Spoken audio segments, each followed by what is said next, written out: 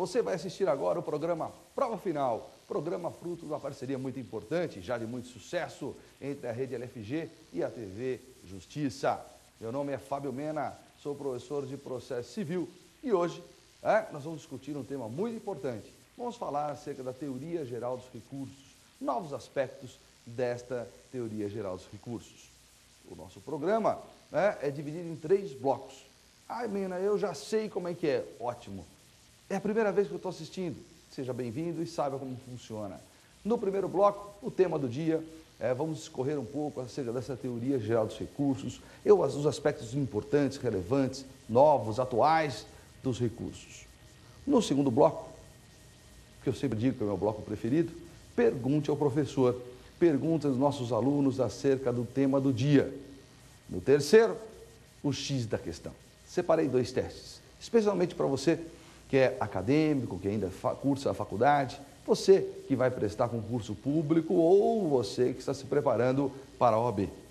Mas tem uma coisa, esse programa também se destina a quem? Aquelas pessoas que são leigas, a você que não faz direito, que não fez direito, mas gosta da área. Então convido todos vocês, acadêmicos, advogados, advogadas, juízes, promotores, os leigos, você que é dentista, você que é dona de casa, convido todos vocês a participar desse programa, tá certo? Olha, 1 minuto, nós já voltaremos.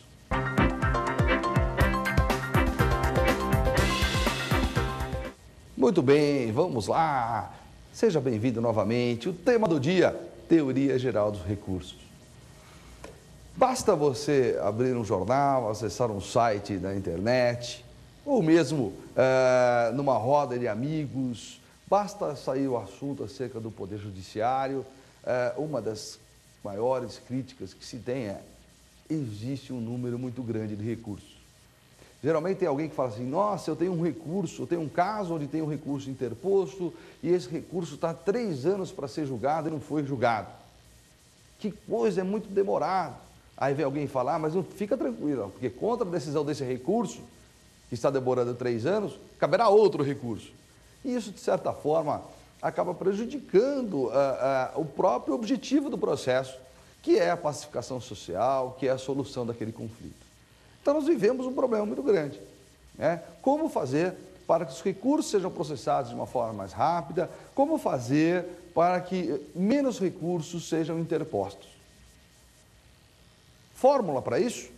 É claro que não existe uma fórmula, uma equação absolutamente correta. Não existe isso, porque se existisse, certamente já teria sido aplicado.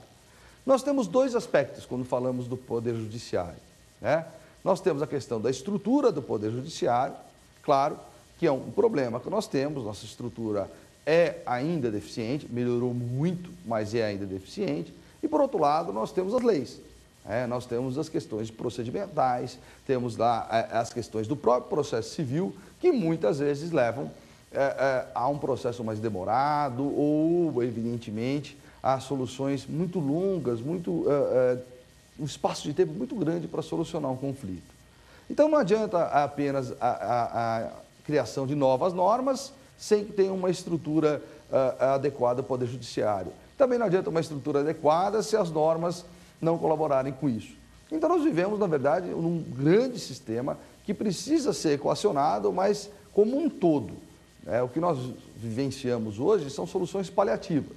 Mudamos alguns artigos do Código de Processo Civil, melhoramos a estrutura ali do Poder Judiciário, mas sem atacar o problema como um todo, até porque isso é muito complicado, demanda investimento, demanda uma nova estrutura. Tanto isso é verdade que temos agora o projeto do novo Código de Processo Civil que visa, entre outras coisas, a celeridade, que visa efetivamente o julgamento mais rápido de recursos, com medidas mais adequadas. E temos também hoje, por outro lado, o Poder Judiciário instaurando de uma forma muito rápida, até eu entendo isso, o processo eletrônico. O processo eletrônico é, de fato, uma ferramenta muito importante que pode ajudar na solução mais rápida dos conflitos e no julgamento mais rápido dos recursos. O que se pretende hoje não é exatamente diminuir o número de recursos, é importante que você entenda isso. Essa crítica, né, existe um número muito grande de recursos, na verdade não é uma crítica fundada, porque nós temos recursos adequados para os momentos do processo, né? Nós temos agravo de instrumento, que é um recurso muito utilizado contra as decisões interlocutórias, nós temos apelação contra a sentença, nós temos um embargo de declaração, nós temos especial, extraordinário, recursos fundamentais, recurso ordinário constitucional, embargo de divergência com um cabimento bem estreito, e nós temos talvez aí um recurso que nós poderíamos pensar em modificar, que seriam embargos infringentes. Mas, na verdade, não existem tantos embargos infringentes assim, não são eles, aí não efetivamente o motivo da demora do julgamento dos recursos. O que nós precisamos, e é a opção do legislador hoje, talvez seja diminuir o número de recursos, não dos recursos em espécie, mas de interposição de recursos. Como que se faz isso? Como é que se faz para diminuir o número de recursos dentro de um tribunal? Se eu tenho 1000 recursos de apelação, como é que eu faço para ter 100 recursos de apelação? Como é que se faz isso? É simples. Se for necessário criar o quê? Mecanismos para diminuir o quê? O cabimento daquele recurso. Que mecanismos são esses? São os pressupostos de admissibilidade.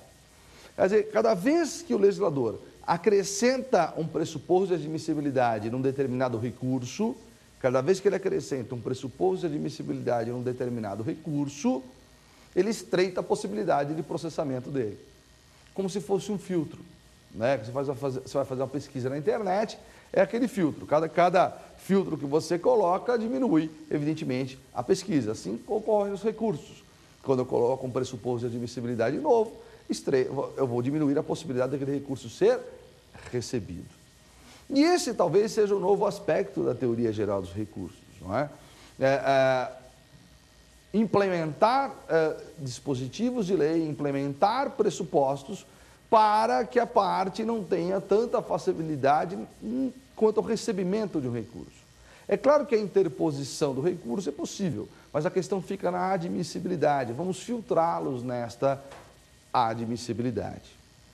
Nós temos, e eu tenho certeza que você conhece, se você não conhece, vai saber agora, nós temos pressupostos de admissibilidade que podem ser chamados de pressupostos comuns. E alguém pode perguntar, mas o que é mesmo esse pressuposto de admissibilidade?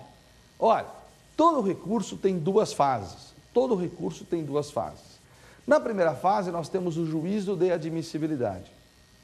Nós temos o juízo de admissibilidade. E na segunda fase, nós temos o juízo de mérito. Só haverá o juízo de mérito, que não é tema de hoje diretamente, só haverá o juízo de mérito,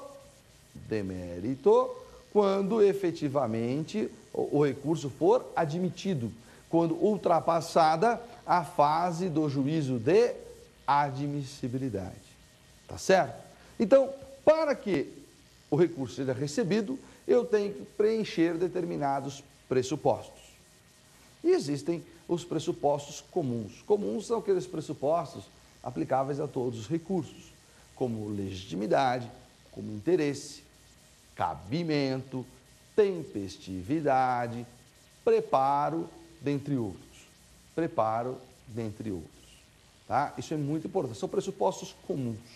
São pressupostos comuns. Mas nós temos pressupostos específicos. Nós temos alguns pressupostos específicos para determinados recursos. Então, além dos pressupostos comuns, nós temos os pressupostos específicos. E no caso da apelação, e é isso que eu quero destacar agora, existe um pressuposto muito importante, que é chamado de súmula impeditiva. É isso mesmo, súmula impeditiva. Artigo 518, parágrafo 1º, súmula impeditiva. O que significa esse pressuposto? A grande preocupação que nós temos hoje é justamente evitar a interposição de recursos infundados ou evitar a interposição de recursos cuja matéria já esteja sedimentada pelos tribunais superiores. O que nós queremos hoje é exatamente isso, que a matéria que já foi sedimentada, a matéria que já foi sumulada num tribunal superior, não seja toda hora rediscutida. Ou seja, uma súmula de um tribunal superior, seja do STJ, seja do STF, ela gera estabilidade.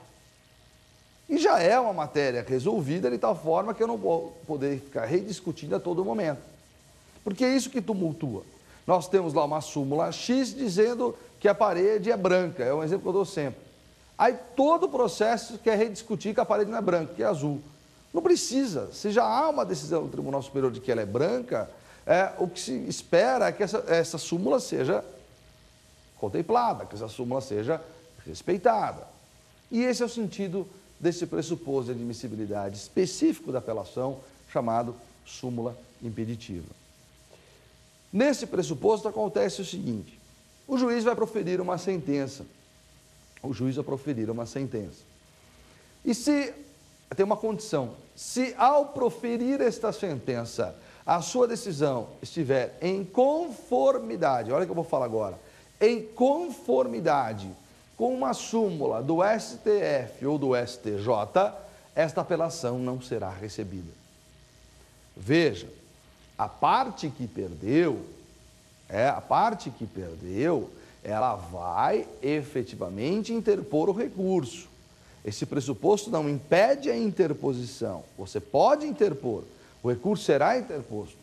Só que, no momento do juízo de admissibilidade, que na apelação é feito pelo mesmo juiz que proferiu a sentença, pelo juiz ao qual, no momento em que ele faz a admissibilidade, ele tem que observar essa súmula impeditiva. Ele tem que olhar para a sentença dele e para as súmulas. Se a sentença dele estiver em conformidade com aquela súmula, simplesmente o recurso não será recebido. Se a sentença dele estiver em conformidade com a súmula, o recurso não será admitido. É um filtro importante no recurso de apelação, muito importante. Mas eu quero que você preste atenção no seguinte: não se trata aqui de súmula vinculante. Não se trata aqui de súmula vinculante. Não é de súmula vinculante. O que se trata aqui é de uma súmula impeditiva enquanto pressuposto de admissibilidade. Poxa, mas qual que é a diferença? Toda vez que o juiz se depara com uma súmula vinculante, e a súmula vinculante é só do STF, então entenda, existe um rol de súmulas comuns e um rol de súmulas vinculantes. O STF tem súmulas comuns e tem súmulas vinculantes. E o STJ só tem súmulas comuns. Ok, preste atenção. Quando o juiz se depara com uma súmula vinculante, ele é obrigado a acatá-la. Ele tem que acatar a súmula vinculante. Daí a expressão vinculante, porque vincula todo o juiz, todo o poder judiciário. A súmula vinculante do STF, hoje, ela tem mais poder do que uma lei, porque, afinal de contas, nem interpretação ela admite.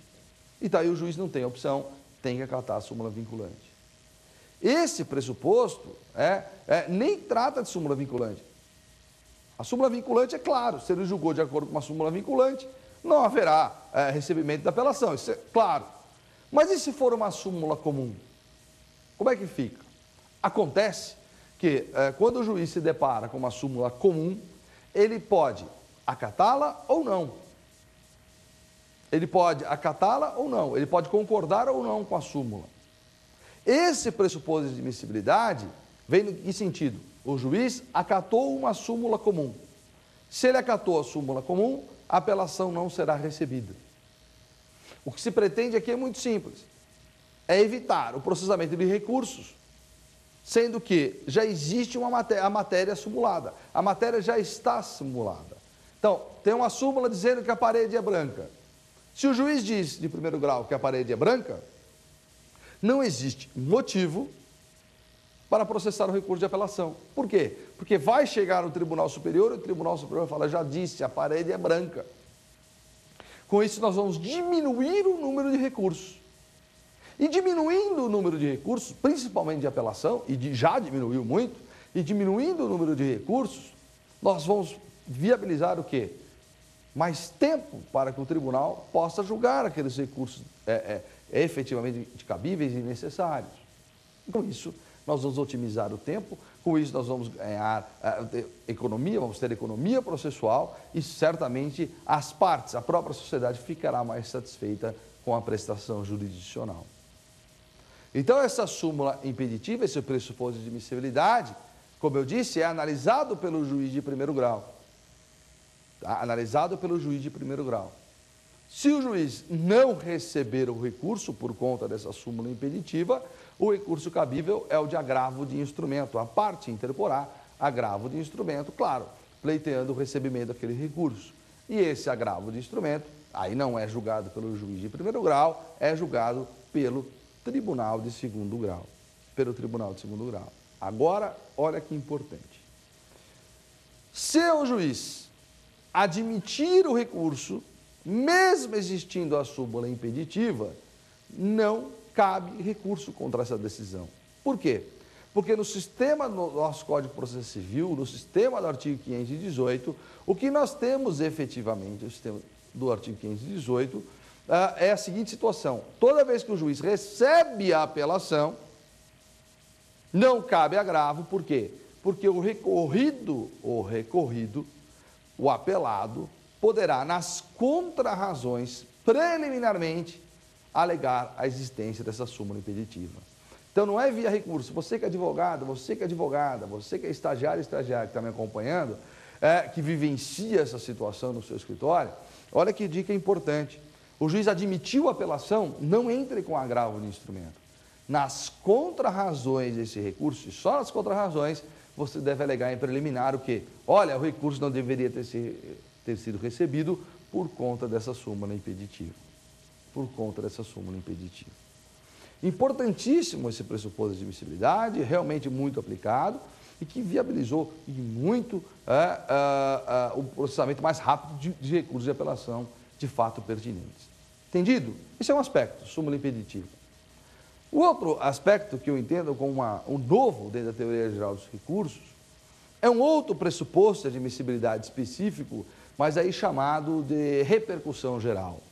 Repercussão geral. A repercussão geral é um pressuposto de admissibilidade específico do recurso extraordinário. Só vale para o recurso extraordinário. Quem analisa esse pressuposto? É o STF. O STF analisa se existe ou não a repercussão geral. É o STF. Tá, qual é o sentido dessa repercussão geral? O recurso extraordinário tem como base, como fundamento, o que? A negativa de vigência à Constituição. Toda vez que um acórdão é proferido e este acórdão nega a vigência à Constituição, nós estamos aí diante de um recurso extraordinário. Acontece que o STF só irá julgar efetivamente esse recurso extraordinário,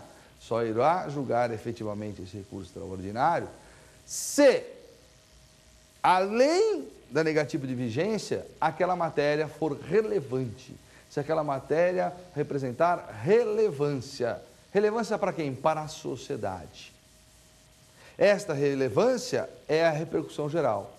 Se aquela matéria for importante apenas para as partes, mesmo que haja negativa de vigência à Constituição, o STF não julgará o recurso extraordinário.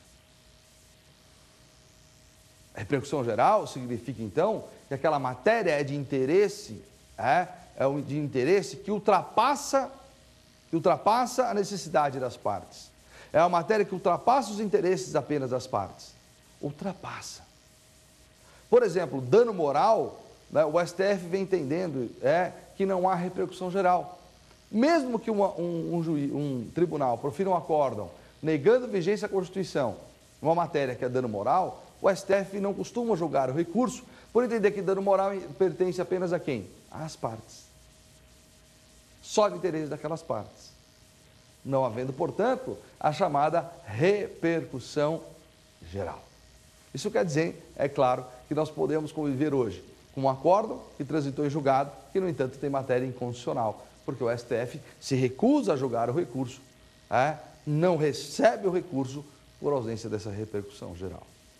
São temas pertinentes, nós vamos abordar isso em outras situações, mas o meu objetivo aqui é incitá-los à pesquisa.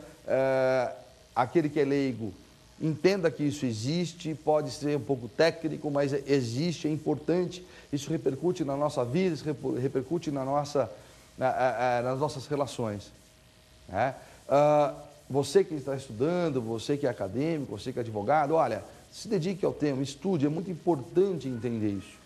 Matéria absolutamente pertinente em concurso público, exame da OAB, matéria absolutamente pertinente dentro dos escritórios de advocacia, então é necessário se aprofundar um pouco. Mas, se você ficou em dúvida, você tem alguns caminhos aqui. Você pode também me seguir no Twitter. Você pode me seguir no Twitter, @FábioMena.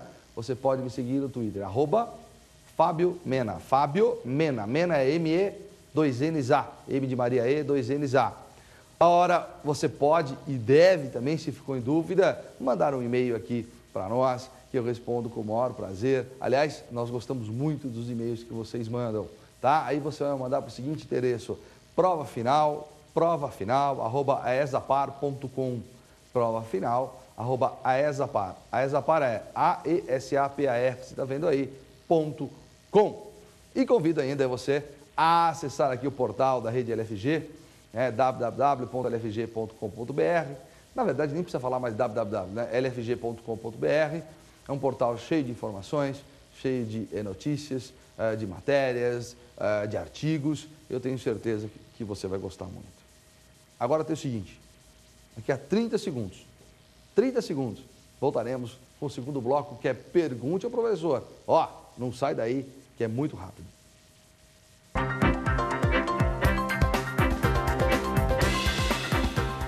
Muito bem, viu como foi rápido? Vamos lá? Pergunte ao professor. Preste atenção nas perguntas, vamos respondê-las com calma, anote se você quiser, que vale a pena, tá bom? Vamos lá, primeira pergunta. Professor, o que é efeito translativo dos recursos? Boa pergunta, o que é efeito translativo dos recursos? Primeiramente, é importante dizer que a questão dos efeitos recursais também compõe a teoria geral dos recursos. Como assim? O que é um efeito? Toda vez que o recurso é interposto, ele gera uma consequência dentro daquele processo. Tem alguma consequência, são os famosos efeitos. Normalmente, nós temos dois efeitos, como regra, o efeito devolutivo e o efeito suspensivo. Efeito devolutivo nada mais é do que o próprio recurso, né? É um mecanismo em que a parte devolve ao Estado a possibilidade de julgar ou de analisar novamente aquela matéria. A expressão devolutivo vem de devolver. Eu devolvo ao Estado aquela decisão proferida. Eu não concordo com ela, eu não me conformo com ela, então eu devolvo ao Estado aquela decisão. O núcleo de qualquer recurso é o inconformismo. O núcleo de qualquer recurso é o inconformismo. Falou em recurso, falou em conformismo. Se a parte se conformar com aquela decisão, evidentemente que ela não tem a possibilidade de recorrer. É uma questão de preclusão lógica. Eu concordo com a decisão e, ao mesmo tempo, interponho o recurso. Não, preclusão lógica, atos incompatíveis. Temos, então, também o efeito suspensivo. Na apelação é uma regra o efeito suspensivo. É uma regra. Em outros recursos não, mas na apelação é uma regra. O que significa esse efeito suspensivo? Significa que aquela decisão não poderá ser executada, não poderá ser cumprida até que o recurso seja julgado. Então, o recebimento do recurso no efeito suspensivo é muito importante para aquela parte, evidentemente, que perdeu, para o recorrente. Normalmente, então, na apelação, o recurso é recebido no efeito devolutivo e suspensivo. Recurso especial, recurso extraordinário, agravo, aí nós temos o efeito devolutivo como sempre presente e o suspensivo eventualmente, tá certo? E esse efeito translativo? Quando o tribunal vai julgar um recurso, quando efetivamente ele vai julgar um recurso, ele tem que ficar restrito à matéria recorrida.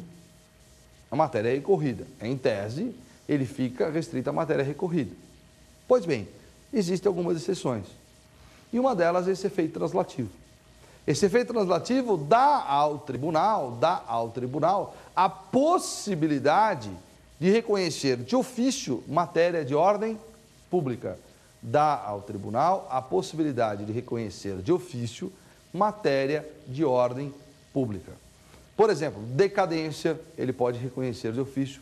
Prescrição, embora haja aqui uma polêmica, mas em termos do processo civil, o tribunal pode reconhecer de ofício. Ou seja, ninguém alegou aquela matéria e o tribunal reconhece. Isso é efeito translativo. A expressão translativo significa o quê? Transferir. Eu transfiro para o tribunal a possibilidade de analisar de ofício ou de deduzir de ofício uma matéria de ordem pública. Entendeu? Tranquilo? Boa pergunta. Vamos lá, vamos para a próxima? Segunda pergunta. Professor, é possível a aplicação de multa protelatória em qualquer recurso? Multa protelatória está aí um tema importante e que faz parte também da teoria geral, também faz parte da teoria geral dos recursos, afinal de contas, se aplica essa multa protelatória no juízo de admissibilidade. O artigo 17 lá do Código de Processo Civil vai dizer que é litigante de má-fé aquele que interpõe recursos infundados. Então, se o recurso for infundado, tem litigância de má-fé. E a litigância de má-fé implica, evidentemente, numa sanção. Acontece que, quando se fala em multa protelatória, nós temos que verificar nos recursos aonde há previsão para tanto. E nós vamos encontrar essa multa protelatória num recurso muito importante, que é o recurso de embargos de declaração. E por que existe uma previsão específica lá no artigo 538 do CPC para multa protelatória nos embargos de declaração? Por que tem essa previsão específica?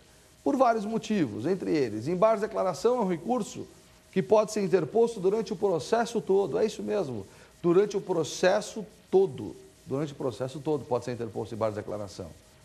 Segundo motivo, cabe embargo de declaração contra embargos de declaração. Como assim? Você interpõe embargo de declaração, pedindo ao juízo o esclarecimento daquela decisão,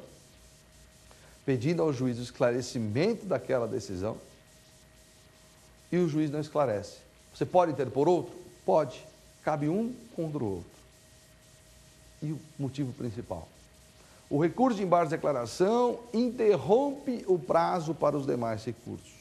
Interrompe. Isso quer dizer que o prazo vai começar de novo, né? Então, se eu interponho embargo de declaração contra uma sentença,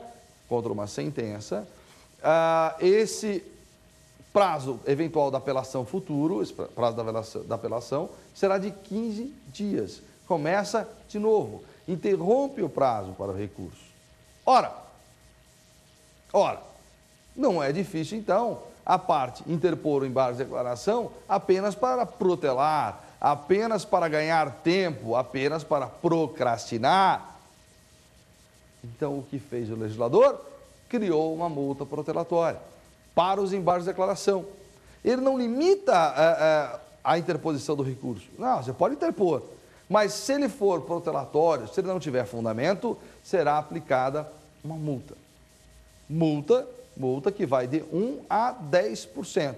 No primeiro recurso, que o juiz entender que é protelatório, multa de 1%. Mas se a parte reiterar esses embargos protelatórios, essa multa poderá ser elevada até 10%. Até 10%. E pior, sendo, no caso de reiteração de embargos protelatórios, esta multa, que pode chegar a 10%, passa a ser uma condição, o recolhimento dessa multa passa a ser uma condição para que os demais recursos sejam recebidos. Então, muito importante, isso aqui é realmente importante, essa multa protelatória. E a pergunta é, pode ser aplicada em todo e qualquer recurso?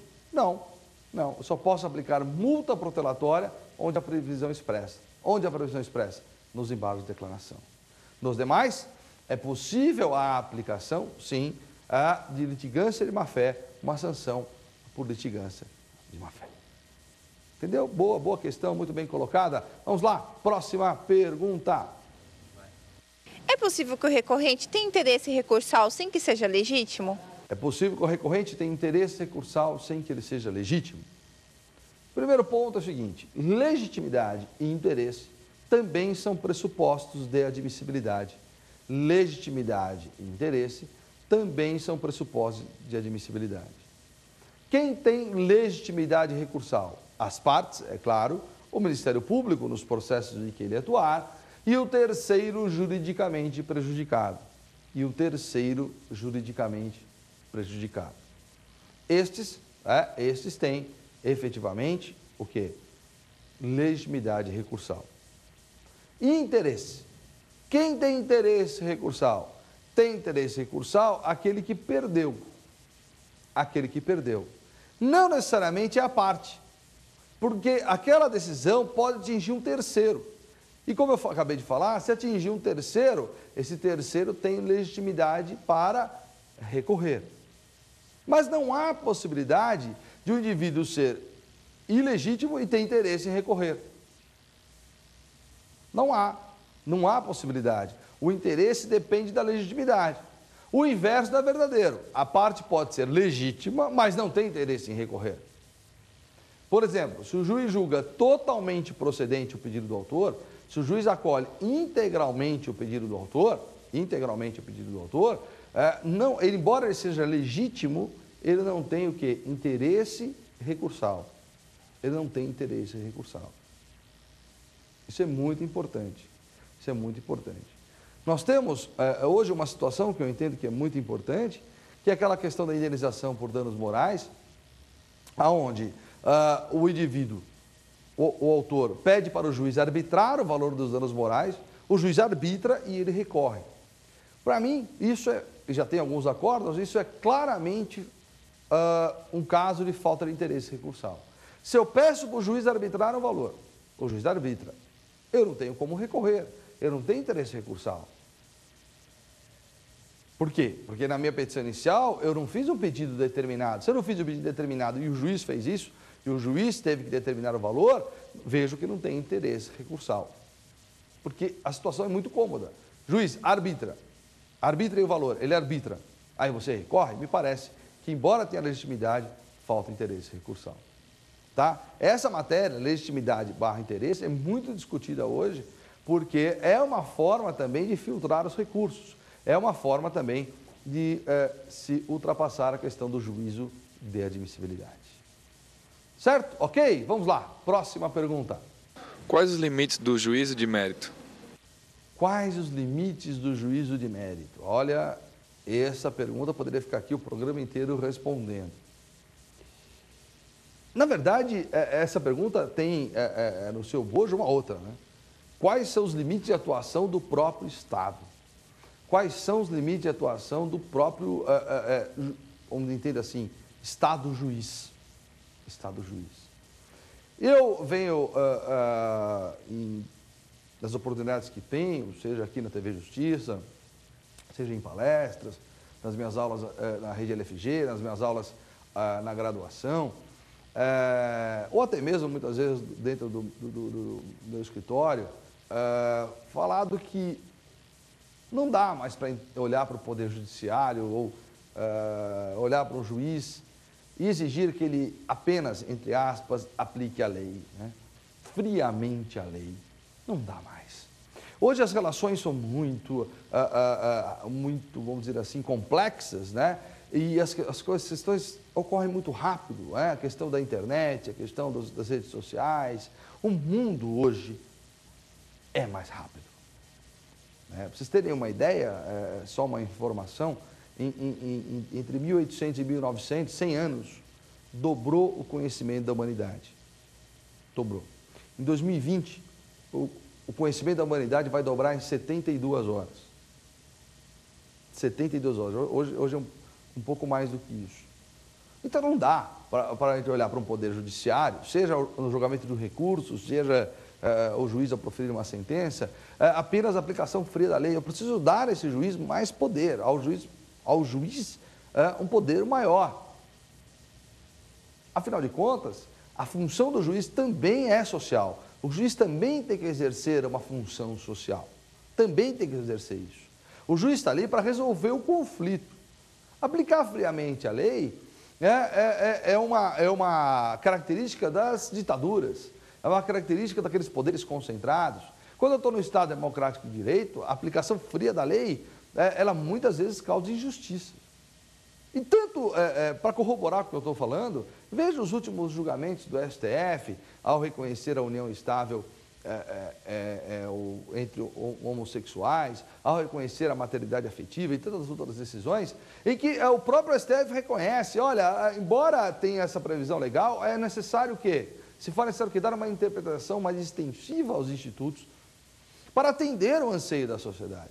Porque se afinal de contas isso não acontecer, eu preciso de robôs ali, não de juízes efetivamente, e não de desembargadores ou de ministros. Nesse diapasão, nesse quadro, a atuação do juízo de mérito, ela pode ser um pouco mais ampla, efetivamente, daquilo que se possa imaginar. É claro que ele não pode mudar a situação daquele caso totalmente, porque existe ali um recurso, e o recurso tem os seus limites. É claro que não. Mas é possível, por exemplo, que esse juízo de mérito analise uma matéria que não foi analisada pelo juiz de primeiro grau, na apelação, o juiz foi omisso, o tribunal analisa. É possível que ele reconheça, como nós falamos agora há pouco, de ofício matéria de ordem pública. É possível, não é, que ao julgar um recurso, esse tribunal atinja um terceiro. E é possível, é claro, que esse tribunal dê uma interpretação extensiva aos dispositivos a fim de assegurar a solução justa do conflito. O que buscamos é a justiça, o que buscamos é a equação daquele conflito. A equação daquele conflito.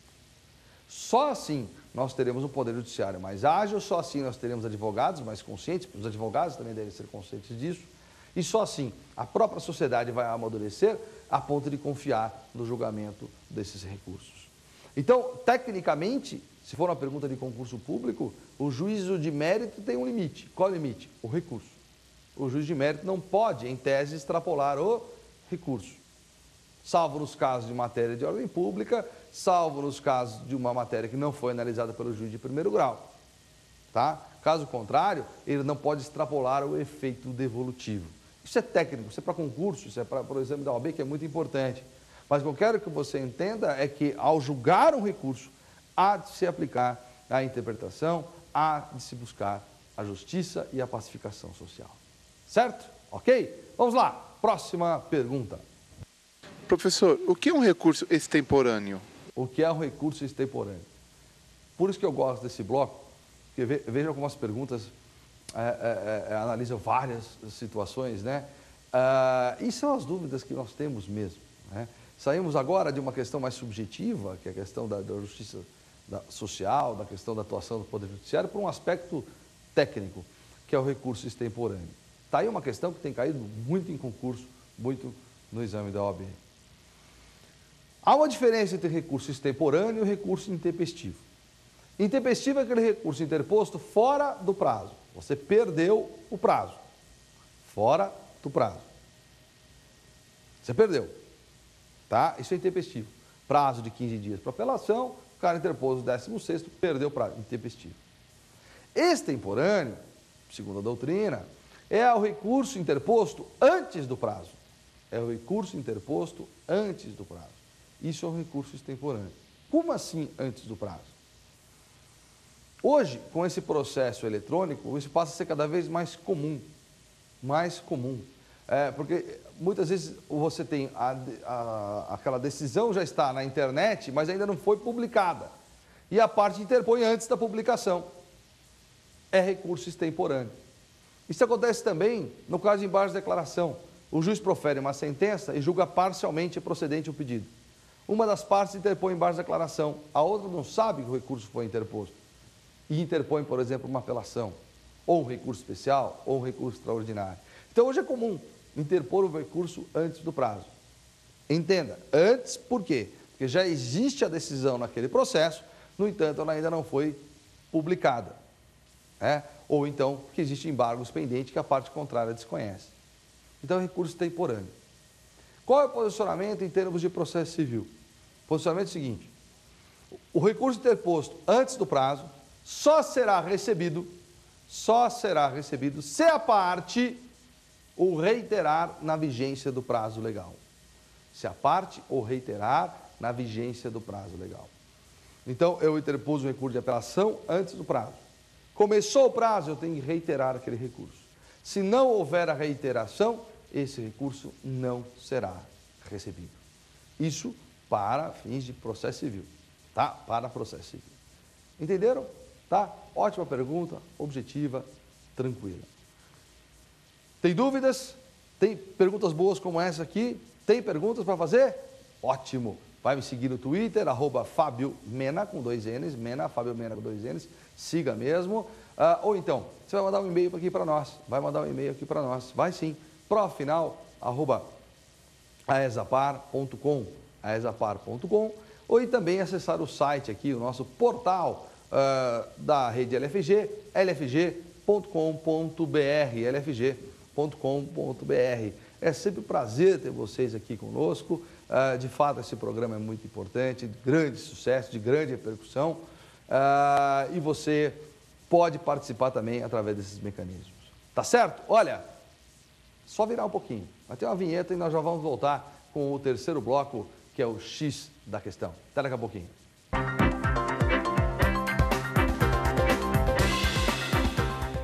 Foi rápido, né? Foi muito rápido mesmo. Vamos lá, o X da questão. Eu quero que você preste atenção, muita atenção nesses testes. Nós vamos ler alternativa por alternativa, com calma, tranquilo, não tem pressa, tá? Para que a gente entenda, compreenda e possa levar desse teste certamente algum aprendizado. E quem sabe essas questões não caem aí num concurso, no exame da OAB ou numa prova sua da faculdade. Imaginou? Seria muito interessante. Vamos lá?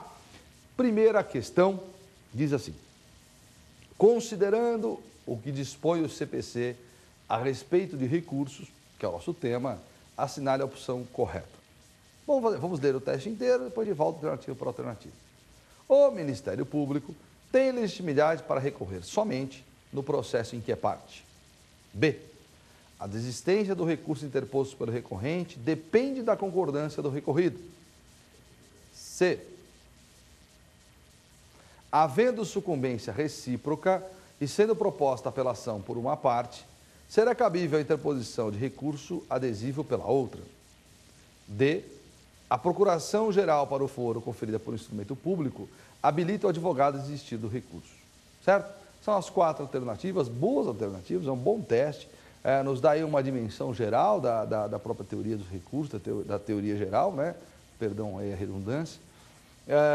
Então vamos analisar. Vamos lá. Alternativa A diz que o Ministério Público, vamos colocar na A, o Ministério Público tem legitimidade para recorrer somente no processo em que há parte. Eu sempre digo isso a vocês. Você encontrou a palavrinha somente, você encontrou a palavrinha nunca, normalmente aquela alternativa está errada, né? Porque o direito não trabalha com os extremos, o direito sempre tem exceção. Então, encontrou lá somente, encontrou nunca, normalmente você afasta esta alternativa, tá? Então, o MP somente tem legitimidade do processo em que é parte. Não, não é verdade isso não. O artigo 499 do Código de Processo Civil vai dizer que o Ministério Público tem legitimidade nos casos em que é parte ou como atua como fiscal da lei. Na verdade, toda vez que o MP tem interesse numa demanda, onde ele tem possibilidade de participar dela, ele tem legitimidade recursal. A atuação do Ministério Público está prevista no CPC, no artigo 82. O artigo 82 é um artigo importante. Você que vai prestar em concurso para o Ministério Público, por exemplo, é muito importante. O artigo 82 fala da atuação do MP dentro de um processo. Então, errada essa alternativa, porque não é somente que é parte, também nos casos em que atua como fiscal da lei. Vamos ver. B. A desistência do recurso interposto pelo recorrente depende da concordância do recorrido. A desistência do recurso interposto pelo recorrente depende da concordância do recorrido. Muito bem. Olha, existe um pressuposto de admissibilidade, não é? Que a doutrina chama assim, fatos extintivos ou modificativos do direito de recorrer. Fatos extintivos ou modificativos do direito de recorrer. O que é isso? O juízo, ao fazer a admissibilidade de qualquer recurso, tem que verificar se não ocorreu, naquele processo, a concordância, a renúncia ou a desistência. Concordância, renúncia ou desistência. Se ocorrer uma dessas três situações, o recurso não pode ser admitido. A concordância, eu falei agora há pouco na concordância, lembra? Se a parte concorda, ela não pode recorrer. Claro, preclusão lógica. Então o juiz tem que observar isso. Espera aí, a parte concordou com esse recurso aqui. Ela concordou, perdão, com essa decisão. Mas se ela concordou, ela não tem interesse em recursar, o recurso não pode ser recebido. Lembra? O núcleo do recurso é o inconformismo. Se a parte se conforma, não há que recebê-lo. Desistência. A desistência também é importante. A parte pode desistir do recurso? Pode. E quando que ocorre a desistência? A desistência, ela ocorre após a interposição do recurso. Eu só posso desistir de algo que eu estou fazendo, ou que eu fiz. Eu não posso desistir de algo que eu ainda não fiz. Eu desisto de tal coisa, eu não quero mais aquilo. Eu desisti de tentar. Tudo bem, você desistiu, porque você está efetivamente naquele momento buscando alguma coisa. Então só há desistência após a interposição do recurso. E a renúncia? Só há que se falar em renúncia, antes do recurso. A parte renuncia o direito de recorrer. A parte renuncia o direito de recorrer. E aí, então, a renúncia é muito comum naqueles casos em que as partes fazem um acordo, né? As partes entabulam um acordo e aí, na próprio termo do acordo, elas dizem lá, as partes renunciam o direito de recorrer. Aliás, só um parênteses aqui, alguns advogados colocam assim, né? As partes desistem do recurso, não desistem nada, elas renunciam o direito de recorrer. O que tem em comum a desistência com a renúncia? O comum é o seguinte, tanto num caso como no outro, não há necessidade da concordância, da anuência do recorrido. Se o recorrente desiste ou renuncia, o recorrido não precisa anuir. Por quê? Porque o recorrido ganhou. Concorda comigo? Ele ganhou. Ué, ele não precisa concordar com isso, porque ele é beneficiado com a desistência ou com a renúncia. Então, não depende da anuência do recorrido. Por isso que está errada a alternativa B de bola. C. Havendo sucumbência recíproca e sendo proposta a apelação por uma parte, será cabível a interposição de recurso adesivo pela outra parte. Muito bem. Correta essa alternativa. O que é sucumbência recíproca, né? O autor pede 100, o juiz condena o réu a pagar 80. Veja, o réu perdeu 80 e o autor deixou de ganhar 20. Sucumbência recíproca. Ambos, autor e réu, são vencedores, mas também perderam aquele caso concreto. Perderam aquele processo. Pois bem, então veja bem, tanto o autor quanto o réu têm a possibilidade de recorrer, porque os dois perderam, têm a possibilidade de recorrer.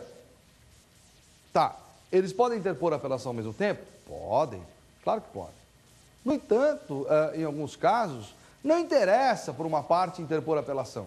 Ela guarda a parte contrária. Se a parte contrária interpuser a apelação, ótimo. O que ela pode fazer? O que o autor pode fazer, por exemplo? Interpor um recurso adesivo. Então, vou dar um exemplo. O autor pediu 100, o juiz condenou o réu a pagar 95. Ao autor não interessa uma apelação naquele momento. Porque ele já ganhou 95. Mas o réu apela. Bom, como o réu apelou, o autor pensa, bom, já que ele apelou, vai para o tribunal mesmo, vou interpor um recurso adesivo. Que é uma apelação interposta na forma adesiva. Adesiva por quê? Porque ela adere ao recurso principal. Adesiva porque ela adere ao recurso principal. Tá? Então, correta esta alternativa C. Vamos ver a D? A procuração geral para o foro conferida por instrumento público habilita o advogado a desistir do recurso. Errado, porque para a desistência do recurso há necessidade de poderes específicos naquela procuração. O poder geral não dá ao advogado o direito de desistir daquele recurso, precisa de poderes específicos. Certo? Então, correta alternativa C de casa. Vamos à próxima? Vamos lá. Leia as assertivas abaixo. O recurso pode ser interposto pela parte vencida, pelo terceiro prejudicado e pelo Ministério Público. O Ministério Público tem legitimidade para recorrer em qualquer processo. Vamos lá. 2.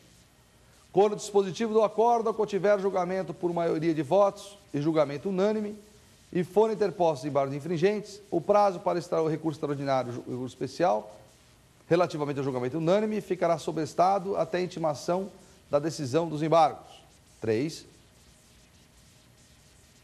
A renúncia do direito de recorrer depende da aceitação da outra parte. 4. O recorrente poderá a qualquer tempo, sem anuência do recorrido dos litisconsortes, desistir do recurso. Então vamos lá. Como é que a gente resolve esse tipo de teste, que é mais longo? Vamos lá. Vamos pegar a 3. A renúncia ao direito de recorrer depende da anuência da outra parte. Então a 3 está errada. O que você faz? Já vai nas alternativas. Vamos nas alternativas. A, B, C. Vamos lá nas alternativas. Está errada. Então a A pode ser, porque todas são falsas. A C pode ser, todas são verdadeiras. Pode ser a C? Não, porque eu já sei que uma não é verdadeira, que é a 3. Olha só o que acontece nesses testes. Eu fiz isso de propósito para mostrar a você. Está errado. A C está errada. B. Apenas as assertivas 3 e 4 são verdadeiras. A 3 está errada, não pode ser a B. D. Apenas a 1 e 3 são falsas. Aí não sei. Nós vamos ver. Então eu já sei, olha, eu já sei que não pode ser a C, porque a 3 é falsa, que não pode ser a C, porque a 3 é falsa, que não pode ser a B pelo mesmo motivo. Então eu já afastei duas alternativas. Eu tinha no começo 25% de chance de acertar essa questão. Agora eu tenho 50%. 50%. Então vamos voltar. Vamos lá. Pode voltar às assertivas. Isso. Vamos lá. A2, A1. O recurso pode ser interposto pela parte vencida pelo Ministério Público e por terceiro prejudicado pelo Ministério Público. O Ministério Público tem legitimidade para recorrer em qualquer processo. Está certo isso? É em qualquer processo? Não. Era o processo em que ele atue como parte ou como fiscal da lei, conforme vimos agora há pouco, artigo 82 junto com 499. Então, a 1 é falsa. Vamos lá, vamos voltar para a questão. Bom, a 1 é falsa. A ainda pode ser e a D pode ser, porque 1 e 3 são falsas. Essa não foi importante. Vamos lá, próximo.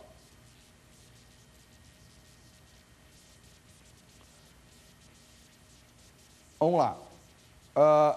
Quando o dispositivo do acordo contiver julgamento por maioria de votos e julgamento unânime e forem interpostos embargos infringentes, o prazo para esse recurso extraordinário especial, relativamente ao julgamento unânime, ficará sobrestado até a intimação da decisão dos embargos.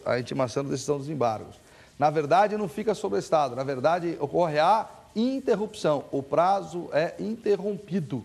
Assim que se interpõe embargos infringentes contra a parte que não foi unânime, interrompe o prazo para o recurso especial extraordinário.